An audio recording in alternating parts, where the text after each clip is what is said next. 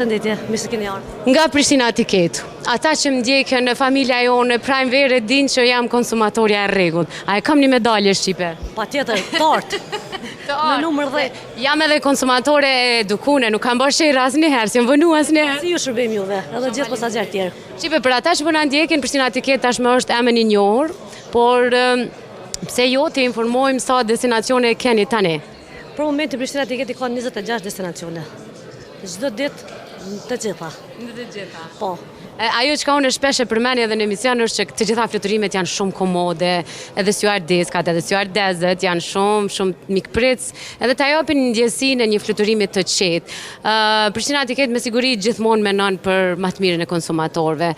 Edhe tash, me që është fluksu i maj madhi atyre që vinë, atyre që shkojnë, jam e sigur që keni menduar për më të mirën e të gjithve dhe me çmimet e biletave.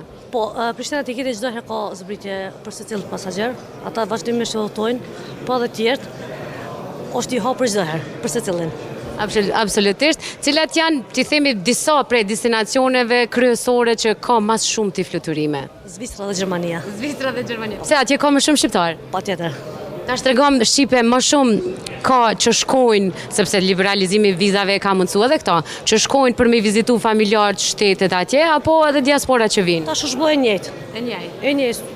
Pavarësisht a vinë a shkojnë është njëjtë. Çdo herë është sezon. Dhe pavarësisht a vinë a shkojnë, çdo herë janë të kënaqur me juve, kështu që unë ju duar trukas për shërbimet korrekte që keni në ndaj çdo klienti. Shumë faleminderit për juve. Ju mirëpresim çdo herë. Edhe jeni shumë të mira. Faleminderit shumë. Prej Prishtina Tiket, po shkojmë bashkë te Shëndrit Lumi, nuk e di me kënë është ajt në